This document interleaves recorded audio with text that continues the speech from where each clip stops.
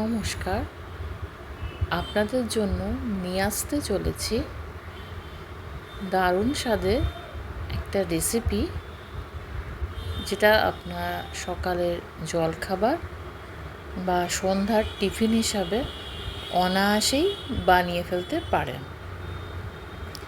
যেটার পোশাকি নাম নোনতা সুজি। এটা বানাতে খুব বেশি উপকরণও লাগে না। আমাদের ঘরে যা যা উপকরণ আছে সেই দিয়ে খুব সহজেই এটা আমরা বানিয়ে ফেলতে পারি, আর খেতেও হয় খুবই টেস্টি।